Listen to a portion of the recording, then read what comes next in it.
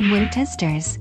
Yo, what's good guys? It's Nightwing2303 from WearTesters.com, and today we have a performance review on these things. It's the Nike LeBron 13 Low.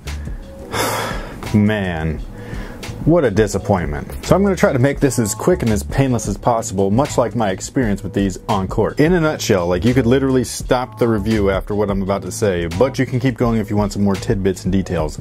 But this is what you need to know. These things are dangerous. Do not play in these if you value your ankles. And that's all you need to know. Like, for real. Dead serious. Not joking. These things? That's terrible.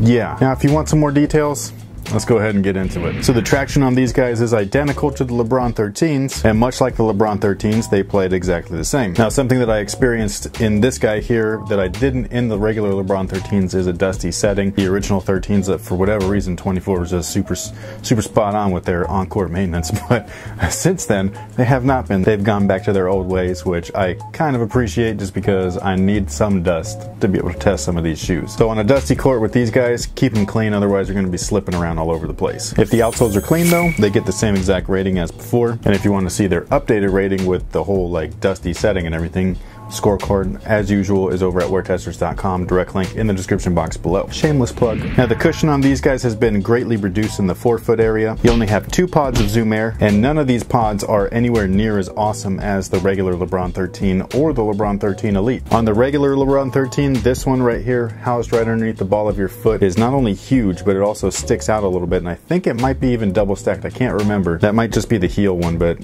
for whatever reason, it's super comfortable. These guys, not so much. Now these are still comfortable, they're just nowhere near as comfortable as the LeBron 13s, which is a huge bummer. However, if you like court feel and all that stuff, some responsiveness, then this is going to be that go-to ride. And then in the back you have a 180 Air Max unit, and it provides some good impact protection. Not quite what I like, but if you like it, then this offers that. Again, I think the LeBron 13, just the regular version, is way more comfortable than these, but again, that's just my opinion. Now the materials I actually like, you have a foam upper with mesh overlay, so it's all nice and soft. Very little break-in required, which is great. The downside to this type of thing is just that it's not super durable. Even with the fuse in the high wear areas, you still do run the risk of damaging the material just because of the nature of it. Now their fit is horrendous. Like, this is what kills the shoe completely. It destroys it. Any chance that you had of playing in this shoe is defeated by their awful fit. Now the LeBron 12 Low, they fit like a glove. They had a stretch mesh upper with a neoprene interior. It was really comfortable.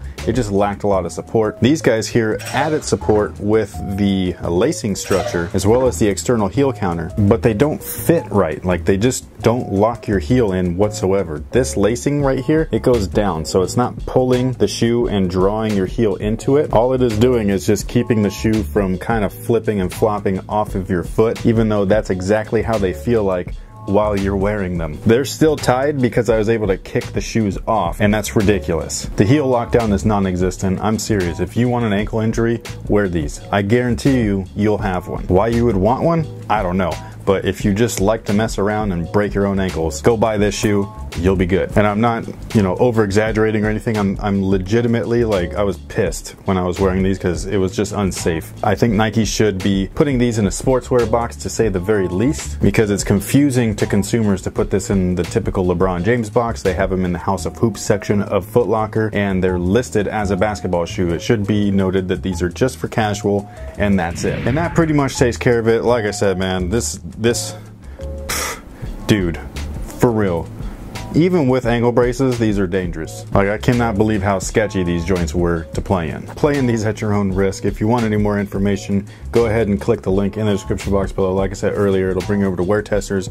You can see their weight, you can see their new scores, all that kind of good stuff. And if you have played in this shoe, I hope that you got your money back, because not happening. Alright guys, thank you so much for watching. Thanks for all your support, and until next time guys, have a good one.